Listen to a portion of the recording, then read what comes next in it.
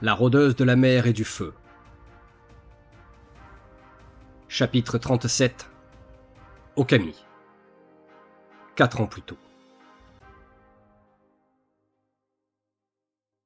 La noble Séraphin me dévisage, comme si j'étais une marchandise à vendre.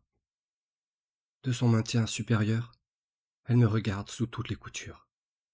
Elle me redresse le menton, me tourne la tête dans tous les sens, et me hume les cheveux.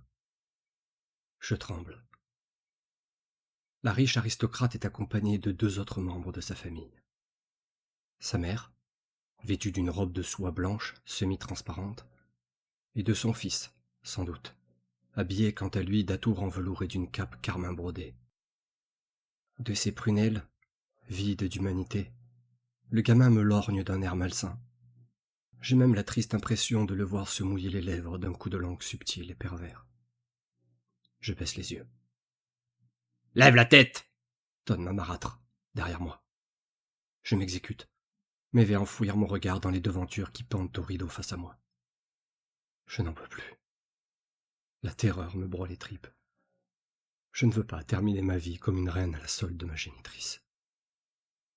La noble devant moi étire un sourire de satisfaction. Elle fera un parti de choix pour nos familles, c'est certain. Givron, dit-elle en élevant la voix par-dessus son épaule. Viens te présenter à la reine, veux-tu? Le gamin, drapé de ses vêtements de roi, s'avance d'un pas, effectue une révérence parfaite et prend la parole. Il ne doit pas avoir plus de 16 ans, soit 10 de moins que moi.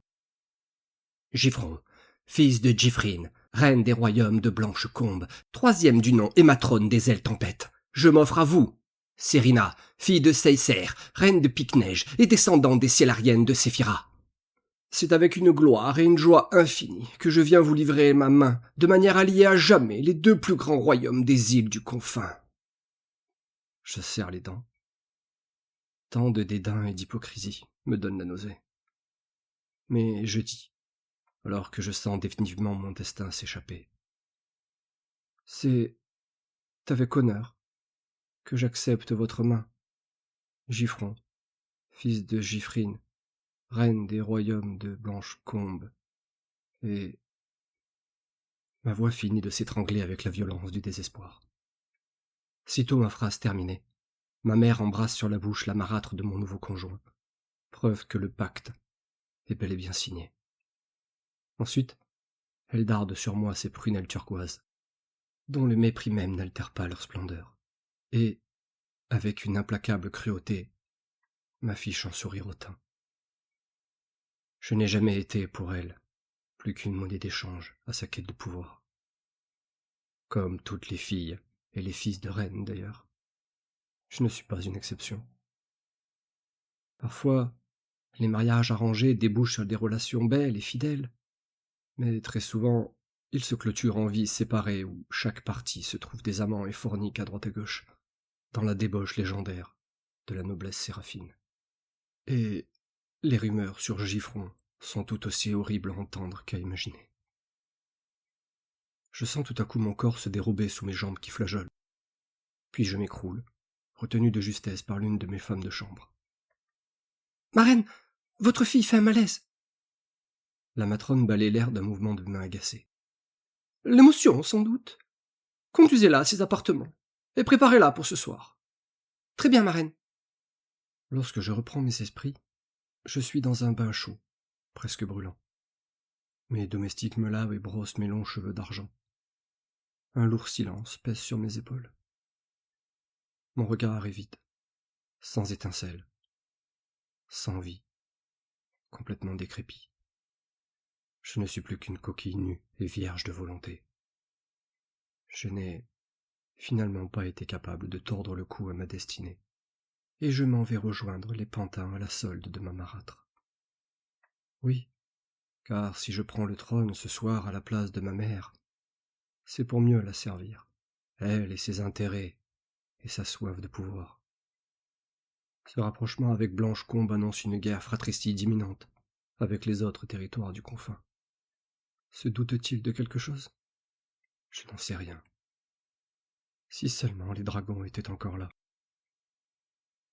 Après une heure d'ablution, je dois sortir, me sécher et m'apprêter pour le dîner. Après le repas, Giffron viendra dans ma chambre consommer son dû. Avec le regard qu'il m'a lancé un peu plus tôt, je n'ose pas imaginer ce qu'il me fera. Bien que je sois la fille de la reine, le prince ne me voit que comme la viande qui offre une alliance de poids à sa mère. Lui, lorsque le pacte sera officialisé, ne sera rien de plus qu'un prétexte à l'union des deux royaumes. Et ce prétentieux déchargera sans doute toute sa rage et toute sa haine sur moi. Orimi, une de mes femmes de chambre préférées, termine de me coiffer. D'un regard rempli de chagrin, elle lit toute ma détresse dans mes yeux. « Vous ne devez pas pleurer, madame. »« Ne m'appelle pas comme ça, Orimi. Mère n'est pas ici. Excuse-moi, Serena. Je sais que je ne dois pas pleurer, repris-je d'un souffle. Mais j'ai beau essayer, je n'y arrive pas. Depuis 2 ans, j'ai tenté, en vain, je le vois maintenant, de me préparer à ce jour.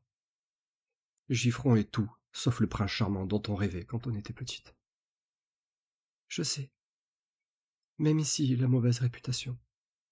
Mais la reine de Blanche-Combe n'a pas d'autre enfant à vous offrir. Les titans ne lui en ont pas accordé d'autres. Les titans? Ils n'ont que faire de nos histoires, les titans, me récriai-je en haussant la voix plus que je ne l'aurais voulu. Ils ont abandonné les dragons? Ils nous ont abandonnés depuis bien longtemps, et la noirceur des vampires se fait de plus en plus forte en nos cœurs. Il y a des jours où je la sens qui me consume de l'intérieur, et j'engagerai mes plus belles plumes que Giffron en est un. Tu es trop dure avec toi-même, Serena. N'oublie pas que tu es la fille de Seiser. Tu es puissante, et une fois mariée, tu pourras reléguer le prince où bon te semblera. Tu devrais parler plus doucement, Orimi. Si l'on t'entend, on pourrait te couper la tête, tu sais. Les murs ont des oreilles ici. Elle se fige. Les yeux filent aussitôt vers la porte, puis vers la fenêtre, comme si quelqu'un avait pu entrer sans bruit, entre deux respirations. Puis, rassurée par le silence, elle baisse la tête et murmure. « Oui, excuse-moi. » Elle se redresse et m'accompagne jusqu'à un grand miroir. Je me regarde placidement. En d'autres occasions, je me serais trouvée belle. Je porte une magnifique robe longue, en soie, d'un bleu sciant étincelant. Une rivière de diamants m'orne le cou, et un torque paré d'un saphir taillé ceinture mon front. Mes cheveux sont nattés et tressés, et descendent le long de mes épaules. « Tu es merveilleuse, Serena. »« Merci, soufflai-je. »« Tu es une louve. Sois forte. Et n'aie pas peur de Giffron. Tu vaux mieux que lui. Rappelle-toi que sans toi, il n'est rien. » Madame de chambre a effectivement raison. Mais le prix à payer est dur. Très dur. Trop dur pour moi, je crois. Avant de franchir les portes pour rejoindre ma mère dans la salle du banquet, Orimi s'arrête et me tend un petit bracelet de laiton. Un coin de mes lèvres s'étire en une moue de tristesse. « Tu devrais le garder, Orimi. Je n'ai que faire des bijoux ornementaux. Celui-là te fera penser à moi quand ton cœur s'assombrira. » Elle sourit tendrement. « Regarde-le à chaque fois que tu te sentiras seul. D'accord ?» Je lui rends sa risette et l'embrasse sur le front avant de l'enlacer et de lui murmurer un merci qui venait du fond du cœur. Puis, séchant une larme naissante, je m'élance vers mon destin funeste, d'une démarche que j'espère altière, malgré le poids de la peur sur mes épaules. Le dîner se passe sans un mot de ma part. En dépit des remarques de ma marâtre, je me tais et accuse le coup. Je ne peux cependant m'empêcher de, parfois, chercher une lueur d'espoir dans les yeux cruels du prince, mais je n'y lis que du mépris à mon égard. Nombre de fois, il me regarde avec un sourire affamé. Même si face au monde, je serai sa supérieure, dans notre intimité, il sera mon bourreau, car je ne pourrai pas l'écarter de ma vie avant d'avoir eu une fille. Les princes n'ont pas la vie facile, et rares sont ceux qui l'endossent stoïquement. Depuis leur plus tendre enfance, ils sont voués à être mariés pour qu'une reine puisse accéder au trône. Parce que chez nous, même si ce sont les femmes qui gouvernent, elles ne peuvent le faire sans mari. car il est dit qu'une reine qui ne peut engendrer de reine ne peut être reine. Et ils ne sont utiles qu'à cela, les pauvres. Une fois la reine engrossée d'une fille, les rois sont relégués dans les bas-fonds de l'aristocratie, et ils se noient alors dans la décadence et la luxure, pour oublier qu'ils ne sont finalement rien. Et certains d'entre eux reportent cette haine et cette colère sur leur épouse. Et quand bien même la monarque a tout pouvoir, elle ne peut annuler un mariage, sans remettre en cause sa légitimité et toute sa descendance, ou se débarrasser de son homme, quelles que soient ses actions. Il y a quelques années, le grand-père de Giffron, l'Ancrevin, avait violé sa reine, ainsi que toutes ses domestiques, le jour avant son couronnement. Et cette horrible tragédie n'eut aucune conséquence, si ce n'est le suicide ou la disparition mystérieuse des servantes.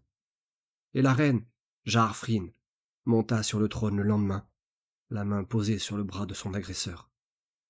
Et ce fut une monarque froide et cruelle, tout comme sa fille, Giffrine. Et Giffron est du même acabit que ses prédécesseurs. Je serre les dents à rompre, retenant de fondre en larmes. Par-delà les immenses baies vitrées qui donnent sur l'extérieur, j'aperçois les lunes atteindre leur zénith. Mon assiette à dessert est vide, et le repas terminé. Au fond de moi, le glas de mon destin résonne. Je me lève, sans mot dire, et me dirige vers mes appartements. Giffron ne me suit pas. Il veut sans doute me laisser du temps pour me préparer. Dans le couloir, Orimi m'attend. Elle s'élance sur mes talons et pousse la porte une fois sur son séant. Prenant une grande inspiration qui me soulève les épaules, je pénètre dans ma chambre, qui sera pour moi, cette nuit, les enfers. La fenêtre est ouverte, et un petit courant d'air frais me cueille et me fait frissonner. Je m'approche du battant et le referme, les yeux dans le vague et légèrement embrumé. Je m'adosse contre la vitre froide, en serrant les dents. Orimi me regarde avec compassion. Elle tient dans ses mains une nuisette si courte qu'elle est bien inutile si sa fonction est de voiler mon intimité. Là aussi, dans d'autres circonstances, je l'aurais trouvée jolie. Mais ce soir, elle me paraît simplement être un horrible costume que je me devais de revêtir avant de passer à l'acte. Elle fait un pas vers moi. Je lis la détresse de son impuissance dans ses grands iris verts, et un minuscule sourire étire un instant ses lèvres. Je lui offre ce que j'ai encore de doux en moi. Merci, Orimi. Heureusement que tu es là. Un toc-toc résonne à ma porte. Mon cœur se noue. Faites entrer, Orimi, dis-je d'une voix mourante en abaissant les yeux au sol, écrasé par une sourde terreur. Je me retourne vers la fenêtre. Le prince Giffron, fils de Giffrine, reine des royaumes de Blanche-Combe, troisième du nom, et matrone des ailes tempêtes, annonce ma servante et amie, en faisant la révérence et en introduisant le noblio. J'entends le séraphin pénétrer dans la pièce. Il s'avance. À grande peine, je me force à ne pas tourner la tête et fixe mes prunelles sur l'horizon, aussi loin que je le peux. Je le sens se placer derrière moi. Son souffle chaud et aviné étreint ma nuque dans une vapeur d'horreur.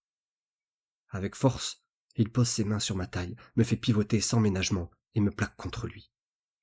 Aussitôt, il me saisit le menton dans une poigne glaciale et m'embrasse. Ses lèvres sont froides, comme la pierre, et son haleine empeste. « Mon prince !» intervient Orimi en s'approchant. « Elle n'a pas encore revêtu le linge de noces. Vous ne pouvez... »« Ferme-la !» crache-t-il en la repoussant en arrière avec une bourrasque de vent jaillissant de sa paume. « Le protocole ?» rappelle-t-elle, en se relevant, visiblement sonnée. Giffron la foudroie du regard, et somme les rafales qu'il commande à lui garrotter la gorge. « Je me moque du protocole, » articule-t-il d'une voix gonflée par une rage sourde. « Serena est mienne, et je compte bien en profiter jusqu'à ce qu'elle ne me jette ou ne me fasse disparaître. » Les yeux effrayés d'Orimi se perdent dans les miens. Je suis bouche bée. Je ne parviens pas à bouger. Les mains devant la bouche, je n'arrive pas à produire le moindre son. Je suis paralysé de terreur. Je la vois devenir violette et suffoquer, comme un chat qu'on étrangle. Mais mon corps ne me répond pas. C'est le vide complet, le noir. Le monde tourbillonne autour de moi. Mon cœur accélère, et la nausée monte. Mes dents claquent. C'est Rina. Tu es une louve, murmure-t-elle, alors qu'elle tombe de l'œil, les doigts noués autour du vent, qui termine de l'asphyxier. Je ne comprends pas. Elle ne lui a rien fait. Elle tombe à terre comme une poupée désarticulée. Plus un souffle d'air ne sort de ses poumons. Je la regarde choir, perdue, totalement déboussolée. Pourquoi a-t-il fait cela? Et maintenant, femme, tu es mienne. Cette garce nous a fait l'affront de nous déranger pendant nos noces. Elle ne méritait que la mort. Sa voix retentit loin dans mon esprit.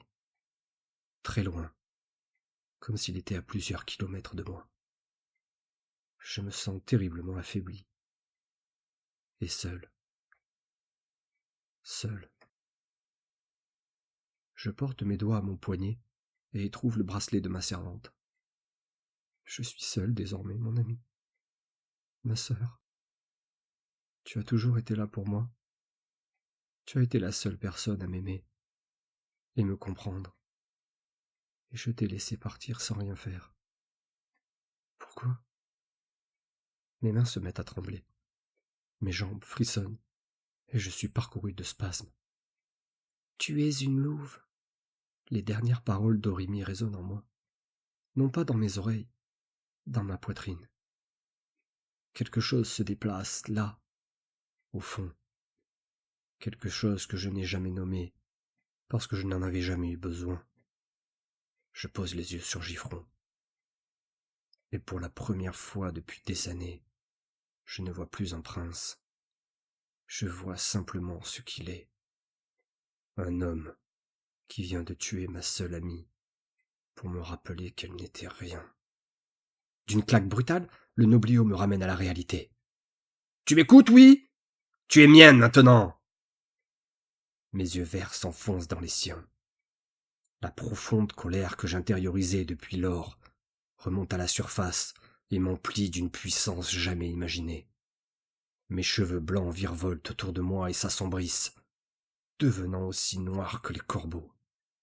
Mes plumes étincelantes se parent de jets, et une violente bourrasque souffle toutes les bougies et tous les chandeliers de la pièce. Les vitres des fenêtres se brisent et explosent sans un bruit, leur fracas avalé par les vents qui se mettent à tourbillonner, me soulevant à une dizaine de centimètres du sol. Qu'est-ce que... La voix du prince est pétrie de peur et de surprise. D'un rapide mouvement, j'attrape le noblio par le cou et le lève sans peine. Je le plaque contre la fenêtre maintenant brisée et resserre mon étreinte. Je serai la dernière personne que tu tourmenteras, prince des ailes tempêtes. Aujourd'hui signe la fin de ton règne, qui ne débutera jamais. Ma voix semble surgir d'une tombe, d'un autre monde. Il s'accroche à mon poignet de ses deux mains, me griffe et tente d'incanter, mais rien ne sort de sa bouche. Mes rafales s'engouffrent dans sa gorge et emplissent ses poumons d'un trop-plein d'air qui l'empêche d'expirer. Seule la terreur et le désespoir habillent ses prunelles exorbitées et larmoyantes. Il me semble lire un pitié sur ses lèvres, mais je suis bien incapable de m'arrêter, poussé par quelque chose d'ancien et de glacial qui dormait sous ma peau depuis trop longtemps. Je reste une seconde à sonder son âme, et je n'y vois que des ombres agitées. Je ferme les yeux et incante. Chant d'Azerse, cisaille de vent. Une demi-douzaine de minutes plus tard, je disparaissais dans la nuit, un baluchon sur le dos, m'envolant vers de nouvelles contrées. Derrière moi, dans ma chambre, je laissais un prince et une servante. L'une, couchée dans le sofa de la loge attenante, parée de mes bijoux de reine, comme pour une cérémonie qu'elle n'avait pas choisie. L'autre, étalée sur mon lit, les membres éparpillés aux quatre coins de la pièce. là où le vent l'avait voulu.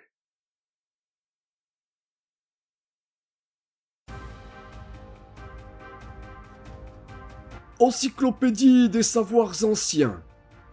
Les îles du Confin. Deuxième partie.